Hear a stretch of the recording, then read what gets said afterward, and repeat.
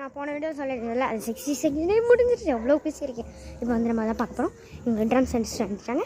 எங்கள் அம்மா கிட்ட போட வேண்டும். உங்களுக்கு வைக்கிறது பார்க்கலாம். ரொம்ப ஜாலியாக இருக்குது கைஸ். எங்களோட காலிபரை இது வந்து லைட் செட்டிங்ஸ். இதை அவங்களுக்கு கேட்கணும்னு நினைக்கிறேன். இந்த வராங்க பாருங்கள் கைஸ், வராங்க கைஸ், வந்துட்டாங்க கைஸ். சாமி வந்து விரட்டி விடுறாங்க, வேறு ஒன்றும் இல்லை.